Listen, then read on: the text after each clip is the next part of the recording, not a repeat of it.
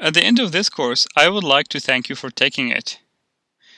I had the pleasure of guiding you through this journey, and I hope you did.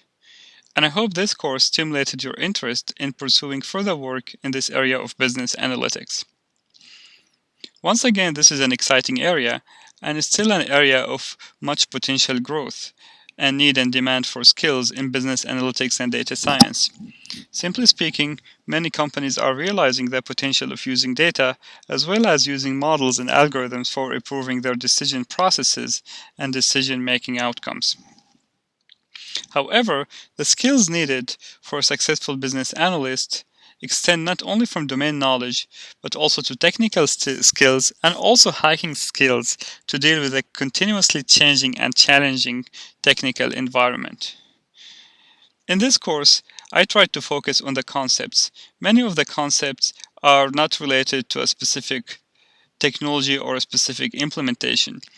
I've also focused on this idea of reproducibility, being able to bridge in between the development cycle and the deployment cycle. Many of the things we learned about, the basic operations, for instance, in data transformation, the grammar of graphics, the basic ideas in modeling, should sustain the test of the time. However, technology changes all the time. And although the Python programming language and associated packages are now almost mainstream in business applications, this may change. However, I should note that the concepts underlying the use of these techniques should not. We covered many topics in this course, starting from introducing the Python language to introducing basic data structures for data manipulation and handling, and then we introduced the Pandas package, and we looked at data organization, integration, transformation. We examined advanced data operations, including operations on text, dates, and then we moved on to talk about data integration and gaining and combining data from multiple sources, as well as data visualization. Data communication using visualization, and then we moved on to analytics. We covered a broad area of topics including text analytics, network analytics, as well as machine learning. And I hope all of these topics with the exercises give you a strong foothold to be a practitioner in this field. Beyond what we covered, I just want to note that the knowledge of the Python extends beyond what we talked about in this course. Python is a general-purpose programming language, so it's used widely for many tasks, including for scripting tasks, but it's also used for web programming. And many frameworks on the internet uses Python as well. So I hope that your knowledge of Python will really put in practice not only in business analytics and data science, but extends beyond that. And I hope that this will be a valuable skill and an added value in this course.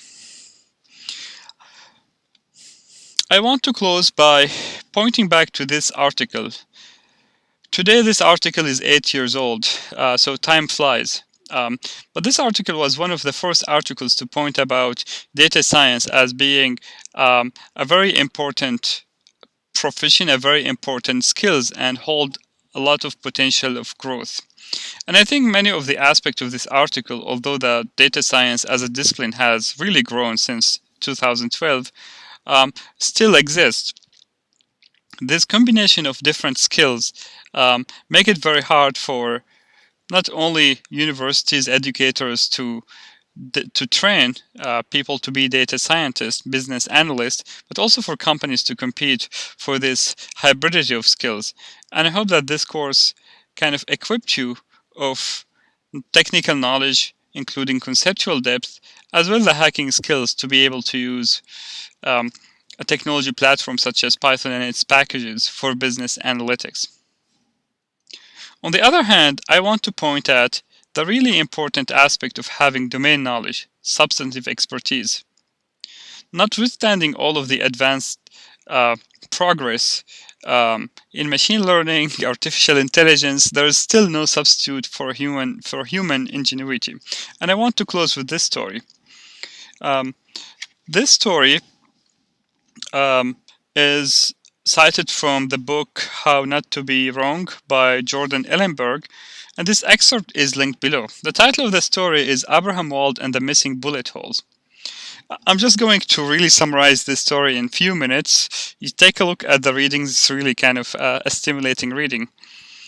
Basically, in World War II, there was an institution called the Statistical Research Group, and it was in charge of improving the military operations. One of the tasks that they were charged of improving was to improve the armor on airplanes, bombers specifically. And they have a hold on this data set. Now, this is like such a small data set nowadays, but back then, I mean, this is just such as, state-of-the-art data from airplanes that are coming back after missions. And simply speaking, they counted the number of bullet holes per square foot in each part of the plane: the engine, the fuselage, the fuel system, and the rest of the plane. And the question is, which part of the plane deserves to be strengthened with armor? Now, you can't put armor on all parts of the plane. Not only it's expensive, but it's also heavy, and it will affect the efficiency and the speed of the plane. So you have to be strategize about what part of the plane to put armor in.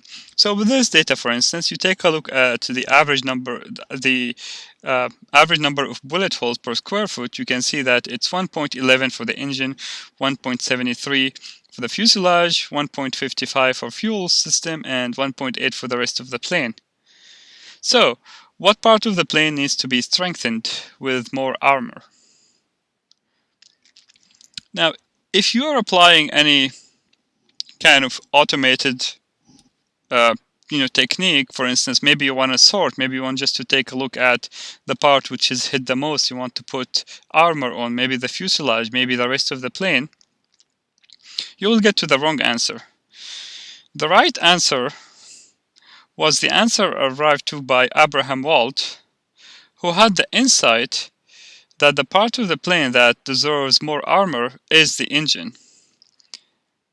And although the engine has the lowest number of bullet holes per square foot, he realized that he's looking at the airplanes that are successfully coming back from missions. And hence his question was, where are the missing bullet holes? What are the missing bullet holes that I'm not seeing on these planes? And that led him to the realization that the missing bullet holes are the missing bullet holes on planes that did not survive. Hence, the planes that did not survive should have had more bullet holes on the engine compared to the fuselage, the fuel system, the rest of the plane, assuming that they are shot kind of at uniformly. So, whoever was shooting the plane did not intend to shoot a specific part of the plane. And this led him to the realization that the engine is the part that needed to be strengthened. And sure it was. So the moral of this story, and why I'm ending, is that notwithstanding all of the math and statistics that those folks had access to, being able to successfully resolve this business analytics problem really needed substantive expertise. So if you take a look at this Venn diagram, kind of tongue-in-cheek, there is a danger zone here with someone who has hacking skills, only substantive expertise, but no math statistic knowledge. I think that any of these zones that are not an overlap is a danger zone in its own.